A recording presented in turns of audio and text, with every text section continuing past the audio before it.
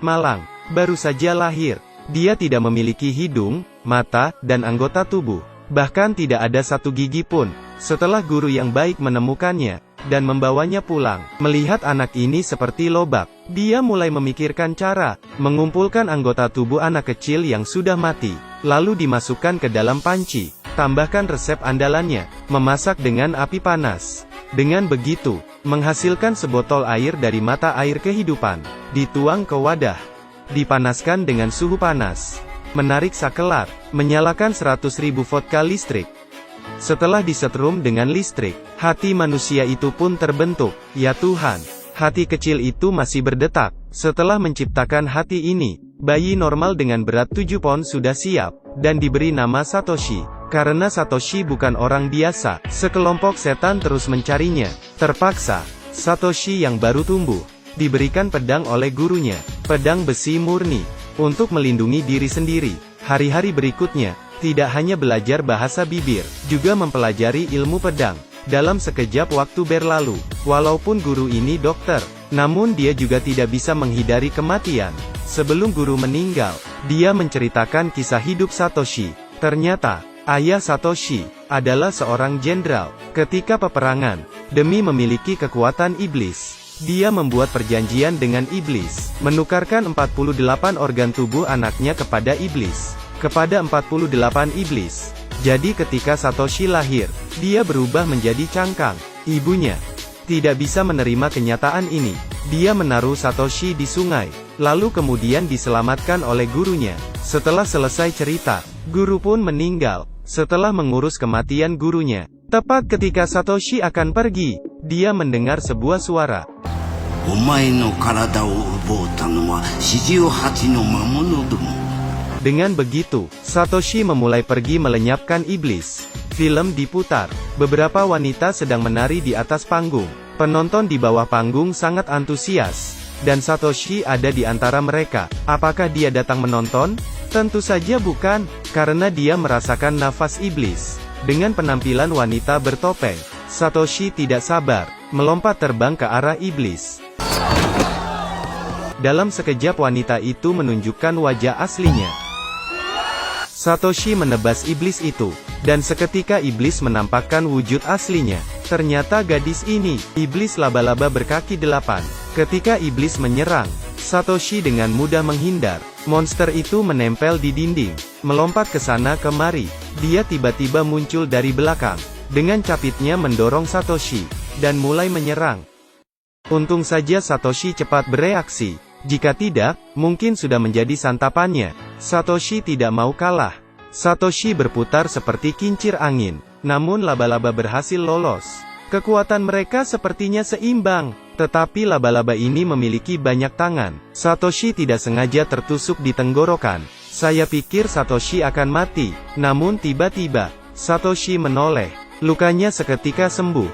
Dengan begitu, Satoshi melompat ke tubuh laba-laba. Dan dengan mudah mengalahkan iblis ini, Satoshi pun memasang kembali tangannya, dan tiba-tiba jatuh ke tanah. Kaki palsu kirinya mendadak jatuh, menumbuhkan kaki asli, perlahan tumbuh dari celana. Dan kemudian kaki palsu itu berubah menjadi abu. Kejadian ini menakuti kedua orang ini. Wanita ini bernama Dororo. Setelah mengetahui cerita tentang Satoshi, dia mencarinya, dan ingin membantunya. Keduanya beristirahat di tepi sungai. Mendadak seorang bayi raksasa muncul. Mendengar suara imut ini, mereka pun melepaskannya. Mereka membawa bayi raksasa, datang ke penginapan terdekat. Pemilik penginapan memiliki 7 putri. Gaun atau gaya rambut, semua sama, terlihat sedikit menyeramkan dari kejauhan. Ketika tengah malam, 7 gadis masih belum tidur. Mereka berencana menyantap 2 orang itu. Akhirnya mereka memutuskan, makan Dororo yang lebih empuk dulu. Tiba-tiba, ya Tuhan, 7 gadis berubah menjadi ulat, menggeliat dengan tubuh besar. Datang ke kamar Dororo. Dororo yang sedang tidur nyenyak, tidak mengetahui situasi ini. Beberapa ulat raksasa mendekati Dororo yang sedang tidur. Di belakang tubuh mereka, memiliki banyak mata. Sebuah bayangan jatuh dari langit, dan menebas ulat raksasa itu. Ternyata itu adalah Satoshi. Jika dia telat selangkah saja, ini bisa menjadi bencana. Saat itu, bayi raksasa itu menunjukkan jalan padanya. Kemudian keduanya mengejar. Mereka melewati terowongan, datang ke ruang bawah tanah. Ya Tuhan, di sini penuh dengan mayat. Yang lebih menakutkan, ada ratusan telur ulat di rumah. Bos wanita bukan manusia, dia adalah kupu-kupu. Ketika dia akan kabur, bayi raksasa itu langsung terbang, dan menarik siluman itu. Seketika Satoshi langsung menebasnya. Dengan begitu, organ ginjal Satoshi kembali berfungsi. Selanjutnya, keduanya membunuh iblis di sepanjang jalan. Melihat roh pohon merentangkan rambutnya sejauh 100 meter, meski berjuang untuk melawan, tapi mereka kesulitan melawan ribuan helai rambutnya. Mereka terbungkus rapat. Untungnya Satoshi tidak menyerah. Dia mematahkan ikatan roh pohon, kemudian terbang tinggi, memegang pisau sepanjang 40 cm, dan menebasnya. Seketika pohon terbelah menjadi dua bagian. Setelah siluman pohon mati, Satoshi mendapatkan telinganya. Setelah membunuh Godzilla, dia memiliki tenggorokan sendiri. Dengan begitu, tidak sampai 1 bulan, dia telah membunuh 20 siluman iblis. Sebagian organnya tumbuh. Tangannya juga mendapat apresiasi dari sang pangeran, dan membawanya pulang. Tapi saat sang ratu melihat Satoshi, ekspresinya tiba-tiba membeku. Baju yang dia kenakan adalah buatan tangannya sendiri. Melalui kontak fisik, Satoshi melihat kenangan ratu. Ternyata, wanita yang ada di depannya saat ini adalah ibu kandungnya sendiri. Pangeran takut Satoshi akan mencuri posisinya. Dia membawa pasukan. Kendarai tank meledakkan Satoshi. Dia ingin membunuhnya. Akhirnya tersisa pangeran seorang, dan dia mati di tangan Satoshi.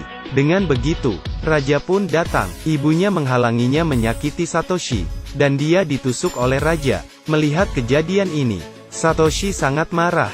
Mereka langsung berkelahi. Raja yang memiliki kekuatan iblis. Mereka berkelahi cukup lama. Kelihatannya mereka seimbang. Kemudian, tubuh pangeran tiba-tiba melayang. Ternyata dia kerasukan setan.